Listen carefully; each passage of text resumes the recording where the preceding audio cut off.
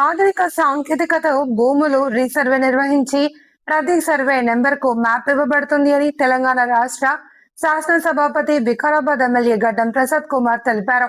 సోమవారం వికారాబాద్ మండలం అత్వెల్లి గ్రామంలో నిర్వహించిన భూభారతి భూ సర్వే అవగాహన సదస్సులో ముఖ్య అతిథిగా పాల్గొన్నారు.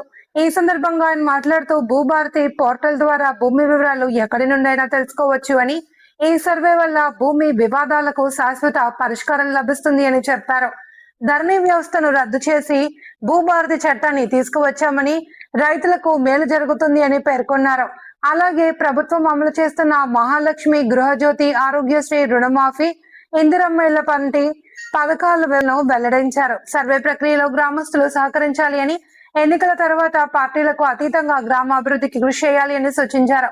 ఈ కార్యక్రమంలో జిల్లా ఎస్పీ స్నేహ మెహ్రా, అదనపు కలెక్టర్ ఉమాశంకర్, కాంగ్రెస్ మండల అధ్యక్షుడు రాజశేఖర్, ఎర్రావల్లి జాఫర్, మహిపాల్ రెడ్డి, మహేందర్ రెడ్డి తదితరులు హాజరయ్యారు.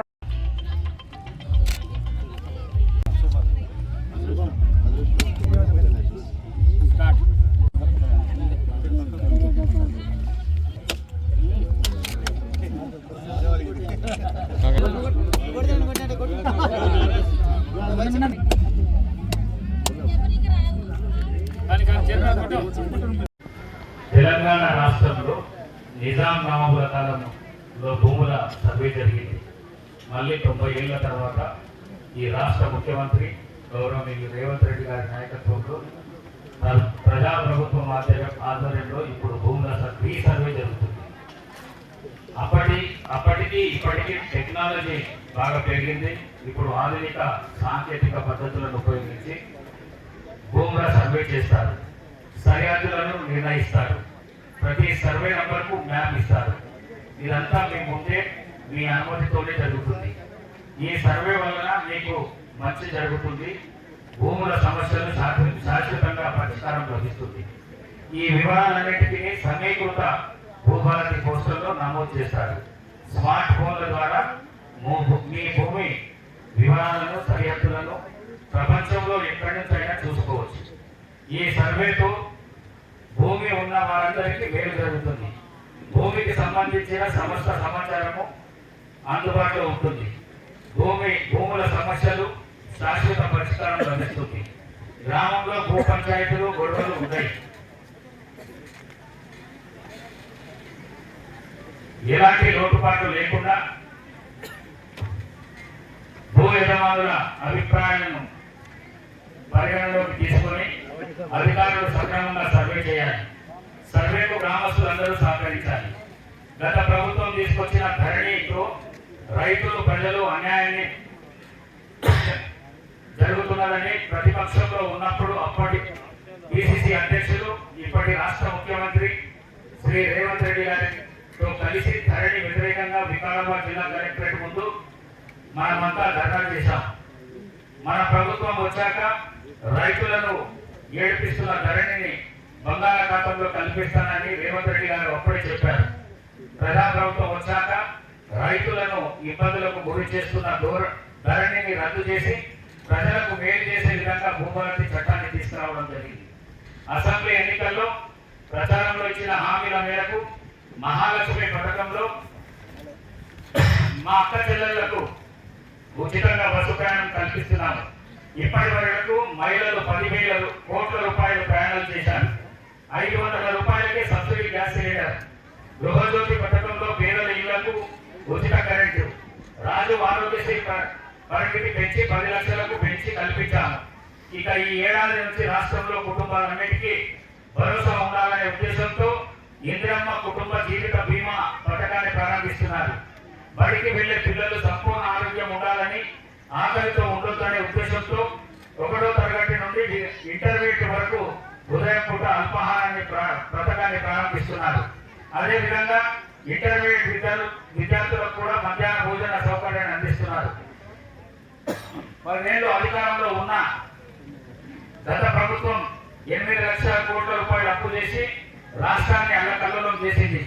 గతంలో 1వ తేదీన జీతాలు ఇచ్చే పరిస్థితి లేదు. కేసీఆర్ చేసిన అప్పులు ఈ రాష్ట్రాన్ని వెంటకు పెట్టేసింది. అధికారంలోకి వచ్చే వరకు గత ప్రభుత్వం ఇంత పెద్ద మొత్తంలో అప్పులు చేసిన విషయం మాకు కూడా తెలియదు.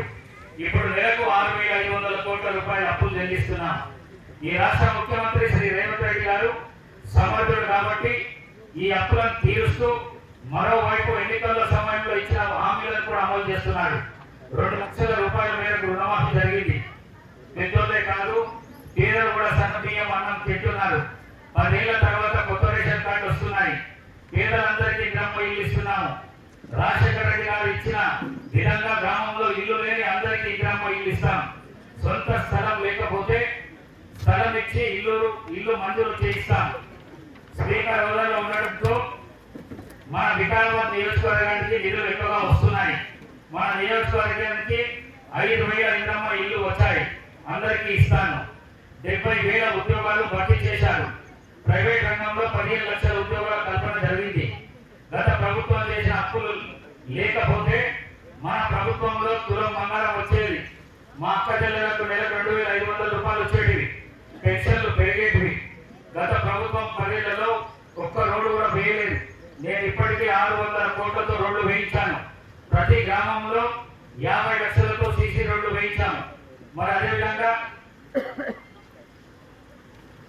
మన అత్తేలి గ్రామానికి సంబంధించి 50 లక్షల సీసీ రోడ్లతో పాటు ఎస్సీ సబ్ ప్లాన్ 13 లక్షలు, బిల్డింగ్ కన్స్ట్రక్షన్ కు 10 లక్షలు, వర్క్ షెడ్ కు 10 లక్షలు, సైడ్ డ్రైనేజ్ కు 10 లక్షలు, ఇంద్రమ్మ ఇల్లు 21, ఆర్డబ్ల్యూఎస్ కు సంబంధించి 2,50,000 రూపాయలు ఇప్పటికే మనం ఈ గ్రామం మీద ఖర్చు చేయడం జరిగింది. ఎన్నికల సమయంలో మాత్రమే కాదు, రాజకీయాలు మిగిలిన సమయంలో పార్టీలకు అతీతంగా అందరినీ కలుపుకొని గ్రామ అభివృద్ధికి పనిచేయాలని అందరికీ నా యొక్క సూచన. మరి అదేవిధంగా సందర్భాలు మాట్లాడుతూ Koppalli actually to Madanapalle road already మంజూరు అయింది. అది తప్పకుండా కాంట్రాక్టర్ చెప్పి ఇమీడియట్ గా చేపించే ప్రయత్నం చేస్తానని చెప్పేసి తెలియజేస్తున్నాను. అట్లానే అత్యధిక ఎర్రవల్లి మంజూరుకి పంపించడం జరిగింది. అతి తొందరలో అది వస్తుంది. ఇవన్నీ కనెక్టెడ్ రోడ్స్, మన గ్రామానికి వేరే గ్రామాలకు ఉన్న కనెక్టెడ్ రోడ్స్ ఇవి. మరి ఆర్ఎండ్బి రోడ్లు వచ్చి మన గ్రామానికి వచ్చే రోడ్డు కూడా శాంక్షన్ అయిపోయింది. అది కూడా అతి తొందరలో కూడా శాంక్షన్ పని ప్రారంభిస్తామని చెప్పి తెలియజేస్తున్నాను.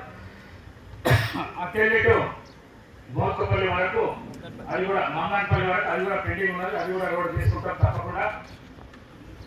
నిజంగానే రాజశేఖర రెడ్డి అన్నట్టు అత్యల్లి గ్రామ ప్రజల మీద మంచి అభిమానం ఉన్నది నాకు. మరి ప్రతి ఎలక్షన్లో కూడా నేను ఓడినా గెలిచిన ఈ గ్రామం నుంచి మంచి మెజారిటీ ఇచ్చి నన్ను ముందలు తీసుకుపోతున్నందుకు తప్పకుండా ఇల్లు లేని ప్రతి నిరుపేదలకు రాజశేఖర రెడ్డి టైం ఎక్కడైతే సాచురేషన్ పద్ధతిలో ఇల్లు ఇచ్చినామో ఆ విధంగా ప్రతి ఒక్కరికి ఇల్లు ఇచ్చే కార్యక్రమం చేస్తామని చెప్పేసి తెలియజేస్తూ, మరి అదేవిధంగా ప్లాట్ లేకుంటే మాత్రము ఈ ఇక్కడ గ్రామంలో ఏదైతే భూమి ఉన్నదో ఆ భూమిని గుర్తుపట్టి గవర్నమెంట్ భూమిని గుర్తుపట్టి ప్లాట్లు వేసి ప్లాట్ ఇచ్చి ఇందిరమ్మ ఇల్లు ఇచ్చే కార్యక్రమం కూడా చేస్తామని చెప్పి తెలియజేసుకుంటూ, మిగిలిన చిన్న చిన్న సమస్యలు ఏమి ఉన్నాయో అవి తప్పకుండా మీ సర్పంచ్ విజయలక్ష్మిని పిలిపించుకొని మాట్లాడి గ్రామంలో ఉన్న చిన్న సమస్యలు ఏమి ఉన్నాయో అవి అన్నింటి పరిష్కారం చేస్తా అని చెప్పేసి మీ అందరి ముఖ్యంగా తెలియజేస్తూ, ఈ సర్వే ఏదైతున్నదో ఇది చాలా మంచి సర్వే. ఇది కొట్లాటలు పంచాయతీలు లేని సర్వే. తప్పకుండా గ్రామంలో ఉన్న పెద్ద మనుషులంతా సహకరించి ఈ సర్వే విజయవంతం చేసుకోవాలని చెప్పేసి మీ అందరినీ కోరుకుంటూ సెలవు తీసుకుంటున్నాను. Thank you.